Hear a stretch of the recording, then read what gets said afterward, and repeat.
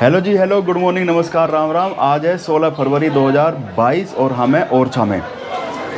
ओरछा में जी हमारे गाइड हैं, पंडित जी हैं हेमंत गोस्वामी साहब, और ये हमें आज ओरछा घुमाने वाले हैं। जैसा भी ये आदेश करेंगे वैसा हम मानेंगे आज शाम तक, मतलब बल्कि कल तक। तो चलिए सर, आज का क्या प्लान है, कहाँ पे आप लेके चलोगे? सबसे पहले सर आप सभी का स्वागत है राम राजा सरकार की नगरी ओरछा में। सबसे पहले आपको ओरछा की प्रसिद्ध में पूड़ी सब्जी और सन्नाटे का आनंद दिलवाऊंगा। सन्नाटा।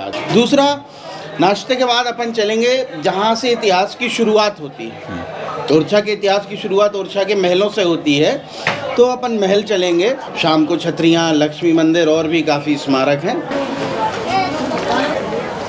आइए सर जी। रायता।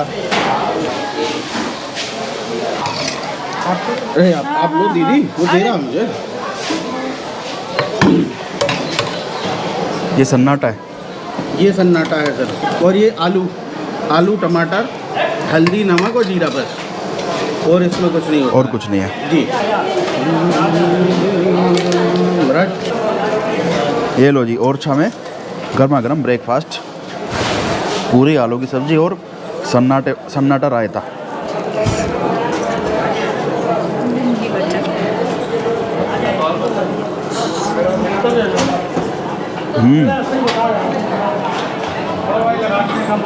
टेस्टी है, बहुत बढ़िया, एकदम सिंपल लेकिन टेस्ट बढ़िया आ रहा है। पेट भर गया जी, मन नहीं भरा बिल्कुल भी। तो अभी हम जा रहे हैं किले पे। मंदिर के जस्ट सामने किला बना हुआ है, तो पंडित जी का कहना था कि पहले किले पे चलते हैं, जहाँ से इतिहास की शुरुआत हुई है वहाँ से हम भी अपनी यात्रा शुरू करेंगे।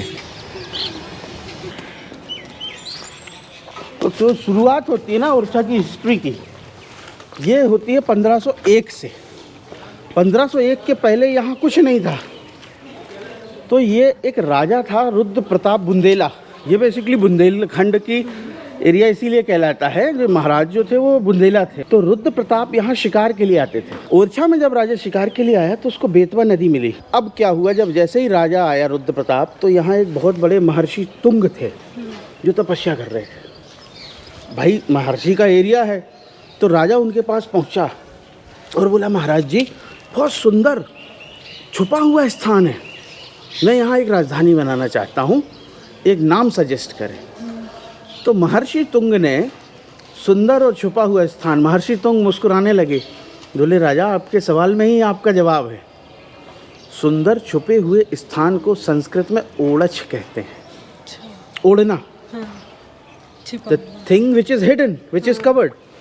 तो ओड़च शब्द से ओरछा की उत्पत्ति हुई। और फिर राजा रुद्र प्रताप ने ये जो पीछे आप महल देख रहे हैं, ये राजा महल है, इसका कंस्ट्रक्शन शुरू करवा दिया 1501 में। आइए अपन शुरुआत करते हैं राजा महल से, फिर और आगे बताऊंगा आपको। ये जो हिस्सा है ये राजा महल का दीवाने आम का हिस्सा है। दीवाने आम शब्द से ही आम लोगों के लिए था। राजा यहाँ आम पब्लिक की जो है कन्वर्सेशन के लिए, समस्याएं सुनने के लिए आया करते थे। दीवाने आम की सेटिंग इस तरह से थी कि राजा यहाँ ऊपर जो ये प्लेटफॉर्म बना है, यहाँ पर बैठा करते थे, मंत्रीगण उसके सामने, और आम पब्लिक और वीआईपीज़ जो होते थे वो यहाँ आके अपना डिस्कस करते थे। ये कॉन्सेप्ट आए मुग़लों के ज़माने से। उसके पहले भारत में होती थी मैडम पंचायत सिस्टम। पेड़ के नीचे पंच बैठ गए, पब्लिक बैठ गई, जो 3 लोगों ने कहा वो सही है। पंचायत सिस्टम मुग़लों ने क्या किया, जब उन्होंने डोमिनेंस और थोड़ा सा अपना राज्य विस्तारित करना शुरू किया, तो उन्होंने तहसीलदार, नायब तहसीलदार, मनसबदार, सूबेदार, इन शब्दों का उपयोग किया। छोटी छोटी पंचायतों में इनने अपने नायब तहसीलदार पहुंचाने चालू किए। अब जैसे उन्हें लगा कि भाई ये गर्मी है, सर्दी है, it's not a comfortable place, उस तक जब तक समय आते आते इन लोगों ने दीवाने आम और दीवाने खास के निर्माण भी शुरू। अगली जो पंचायत होगी वो दीवाने आम में होगी, राजा के दरबार। तो स्लोली ये जो पंचायत सिस्टम था, ये उस मुग़लों के आते आते ये दीवाने आम और दीवाने खास में मर्ज हो गया, और एक भारत से एक स्वतंत्रता, हम डिसीजन स्वतंत्रता छीन ली गई।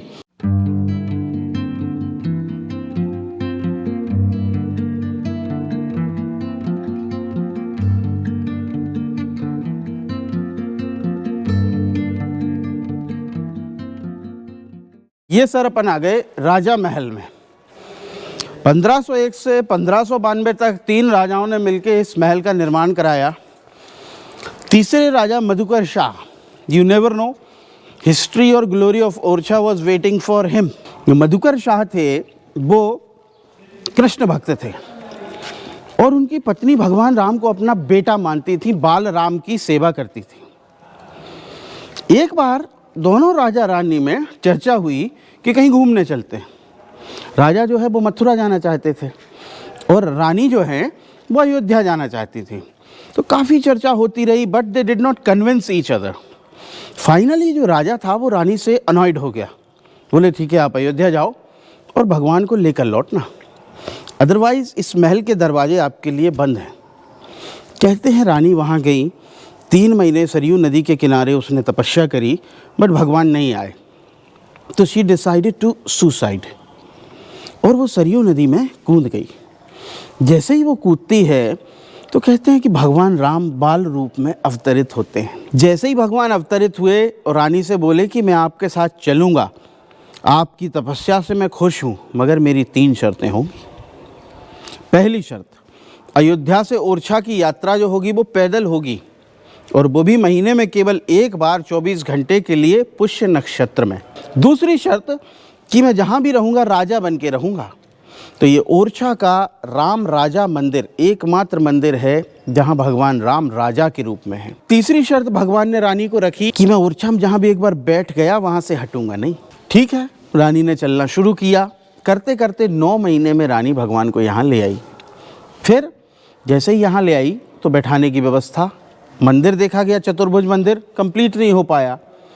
रानी को लगा अब कहाँ रखें, पवित्र मूर्ति हाथ में है, देव हाथ में है। मंदिर और किचन 2 पवित्र जगह होती हैं जहाँ लोग नहाए धोए बिना चप्पल पहने नहीं जाते, माने चप्पल पहन कर नहीं जाते हैं। तो कहते हैं कि मंदिर तो कंप्लीट नहीं था, तो रानी ने भगवान को अपने किचन में बिठा दिया कि हम इन्हें मना लेंगे और फिर वहाँ विस्थापित कर देंगे। मगर भगवान की तीसरी शर्त थी जिससे वो आज तक वो मूर्तियाँ वहाँ से हिलती नहीं हैं।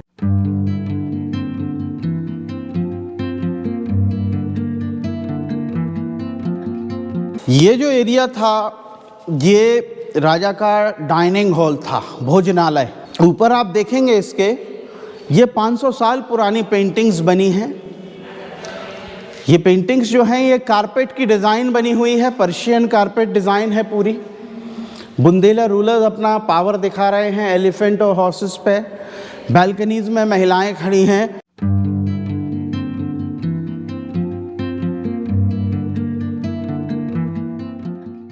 ये है रॉयल अपार्टमेंट एरिया जहाँ राजा अपनी रॉयल फैमिली के साथ रहा करते थे।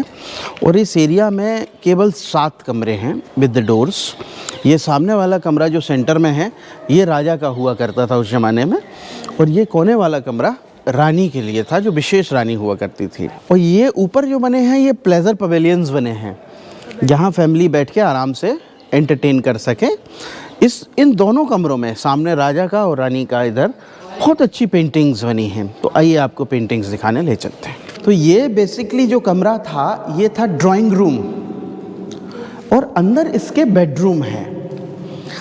ऐसा कहा गया है कि कभी भी बेडरूम में धार्मिक भगवानों की पेंटिंग राधा कृष्ण के अलावा नहीं रखनी चाहिए। तो ये बेसिकली ड्राइंग रूम था, अंदर बेडरूम था।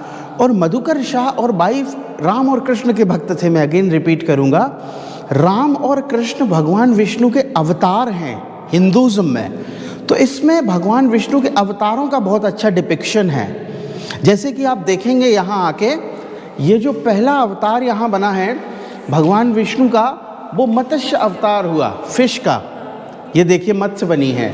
फिर लेफ्ट में टर्टल बना है, कछुआ, कच्छप अवतार दूसरा।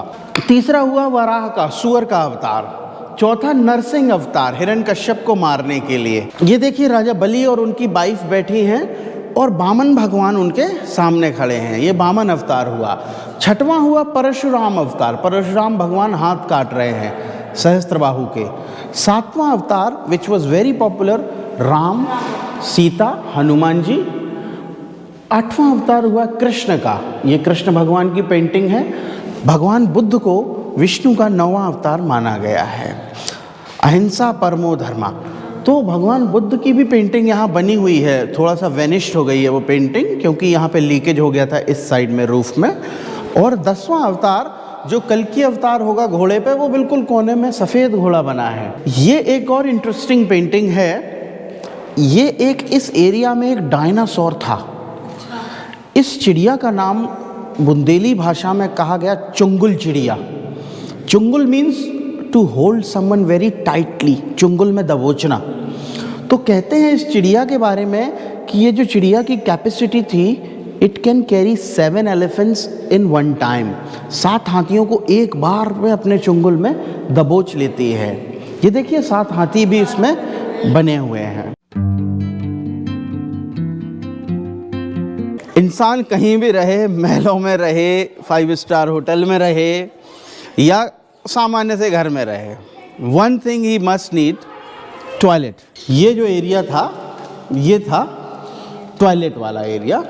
जैसा कि आप देखेंगे ये बनी हुई है संडास 2-2 करके, तो ये पूरा था। बट अभी भी आप देख सकते हैं कैसे ये, इनको बुंदेलखंड में खुड्डियाँ टाइप का कहते हैं, ये बनी हुई हैं। वहाँ कायदे से पर्दे वगैरह लगा कर रखते थे। और ये उस ज़माने में लाइट की व्यवस्था प्रॉपर नहीं थी, तो ये निशेज़ में लैंप्स वगैरह लगा के रखते थे, चिमनी ऑयल लैंप्स वगैरह।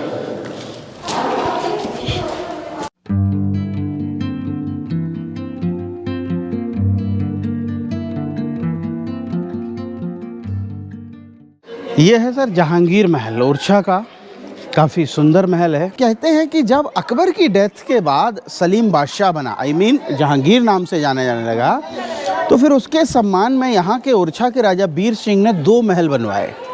एक महल दतिया में है जो यहाँ से 30 किलोमीटर दूर है, बीर सिंह महल, और दूसरा महल ये जहांगीर महल के नाम से फेमस हुआ। इस महल का जो अट्रैक्शन है वो इसका आर्किटेक्चर है।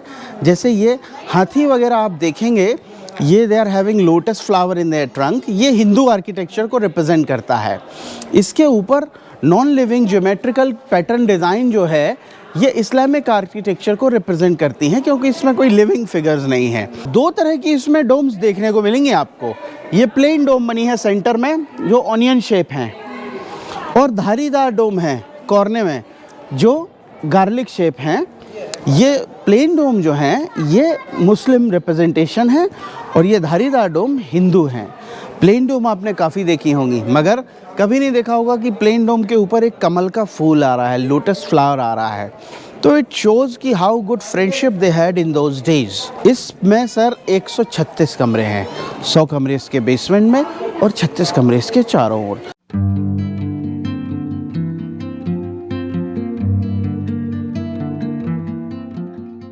ये जो है ये जहांगीर महल का मुख्य दरवाज़ा है। उस ज़माने में जो है मेन गेट जो बनाए जाते थे वो ईस्ट पूर्व दिशा में ही बनाए जाते थे। इस मुख्य दरवाजे की खासियत ये है कि ये भी इंडो और इस्लामिक आर्किटेक्चर में डिज़ाइन है। जैसे आप मेरे लेफ़्ट में देखेंगे एक हाथी है, इसकी सूंड में गार्लैंड है, माला लिए है, और ये वाला हाथी बैल को लिए हुए है। ये जो दरवाज़ा है ये 400 साल पुराना दरवाज़ा है सर, टीक वुड का। हमारे ओरछा में बहुत बड़ा जंगल है, लगभग 40 किलोमीटर का जंगल है जो टीक वुड से भरा पड़ा है। ये देखिए ये टीक वुड का जंगल है पूरा, ये लगभग 30 से 40 किलोमीटर का प्रोटेक्टेड एरिया है। सामने ये बहुत इंटरेस्टिंग बिल्डिंग है। इस बिल्डिंग का नाम है ऊँट खाना, कैमल स्टेबल। मुग़ल बादशाह जहांगीर जब आए तो कहते हैं कि मुगल्स अपने ट्रांसपोर्टेशन के लिए कैमल्स का यूज़ किया करते थे, और you never know what he is carrying.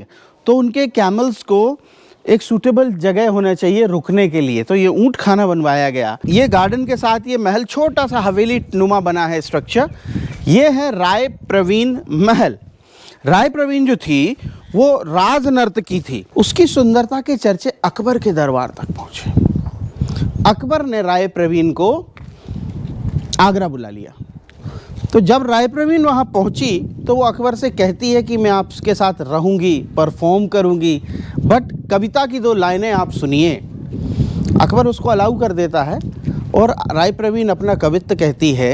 वो लिखती है कवित्व में कि बिनती राय प्रवीण की सुनिए साहे सुजान, और जूठी पातर भकत हैं बारी बायस स्वान। मतलब जो जूठन है वो बारी, the one who cleans the garbage. बायस मतलब कौआ, स्वान मतलब कुत्ता, ये 3 खाते हैं। मैं एक जूठे खाने जैसी आपके यहाँ आई हूँ। कहने का मतलब एक साहित्यिक तमाचा उसने अकबर बादशाह के मुंह पे मारा।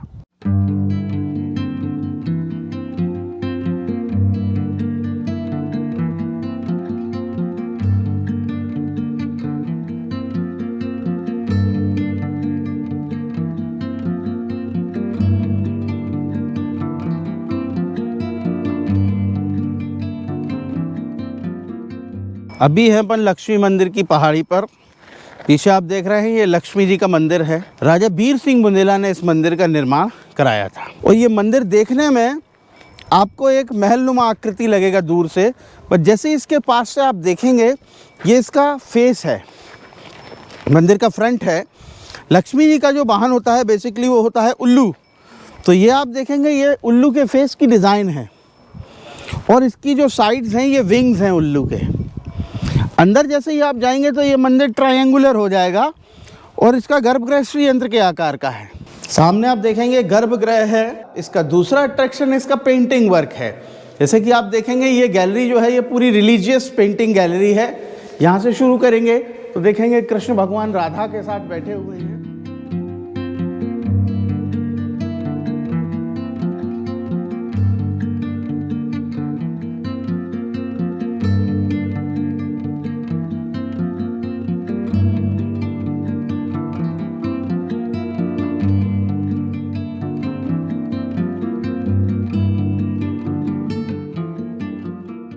ये आ गए सर अपन अब ओरछा के साउथ सदर्न पार्ट में। ये जो मॉन्यूमेंट्स आप देख रहे हैं ये छतरियाँ हैं। कुछ लोग छतरियाँ कहते हैं, कुछ लोग मेमोरियल्स कहते हैं। किसी की याद में बनाया गया खाली स्मारक। तो ये बेसिकली खाली मॉन्यूमेंट्स हैं। There is nothing inside, but इनका निर्माण जो हुआ था वो बुंदेला राजाओं की याद में हुआ था।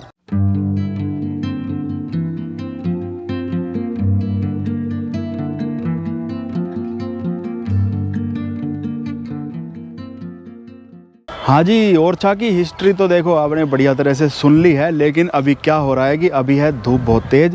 दोपहर के 2 बज गए हैं और आपको पता होना चाहिए कि फरवरी से लेकर नवंबर तक 2 से लेकर 4 बजे तक यहाँ धूप बड़ी तेज़ लगती है।